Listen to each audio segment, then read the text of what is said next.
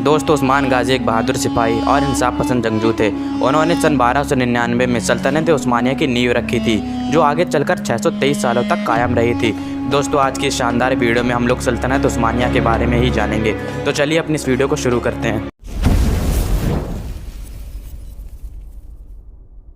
दोस्तों, सन 1299 में उस्मान गाजी ने इस सल्तनत की नींव रखी थी और आगे चलकर ये सल्तनत बेहद ताकतवर बन गई और 623 सालों तक कायम रही। उस्मान और उरहान गाजी की लीडरशिप के अंदर ये सल्तनत काफ़ी आगे बढ़ी।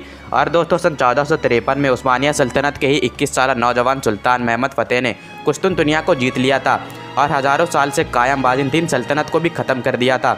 दोस्तों, महमद फ़तेह एक काबिल सुल्तान थे, इसलिए उन्होंने हर किसी को कुस्तुनतुनिया में रहने की इजाज़त दी थी। चाहे वो मुस्लिम हो, ईसाई हो या यहूदी हो, कोई भी शहर में रह सकता था। और इसके बाद इस शहर का नाम कुस्तुनतुनिया से बदलकर इस्तांबुल कर दिया जाता है और इसे उस्मानिया सल्तनत की नई राजधानी भी बना दिया जाता है। लेकिन दोस्तों, उस्मानिया सल्तनत अभी भी अपने चरम पर नहीं पहुंची थी।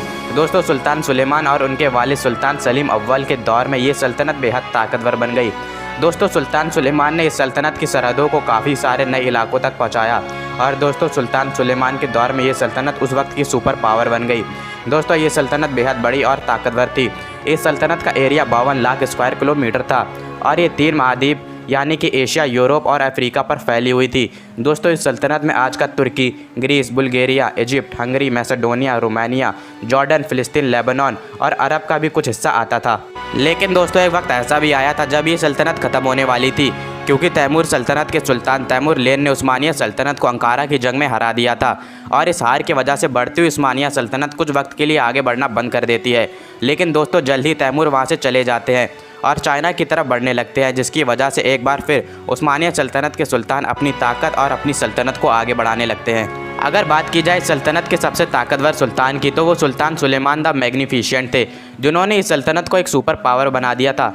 सुल्तान सुलेमान ने 1519 में 10वें सुल्तान के तौर पर सल्तनत उस्मानिया का तख्त संभाला था।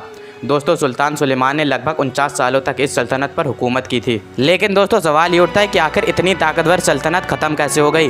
दोस्तों, फर्स्ट वर्ल्ड वॉर की शुरुआत में ही सल्तनत उस्मानिया काफ़ी कमज़ोर हो गई थी और फिर इसके बाद सन 1914 में सल्तनत उस्मानिया ने इस जंग में हिस्सा ले लिया और जर्मनी, ऑस्ट्रिया और हंगरी के साथ हाथ मिला लिया और इसकी वजह से 623 सालों से कायम एक अजीमो साल सल्तनत ख़त्म हो जाती है और इस सल्तनत के आखिरी सुल्तान महमद 6 थे। दोस्तों, अगर इस वीडियो से आपको थोड़ा सा भी इल्म मिला हो तो इसे लाइक करके हमारे चैनल को भी सब्सक्राइब कर लें।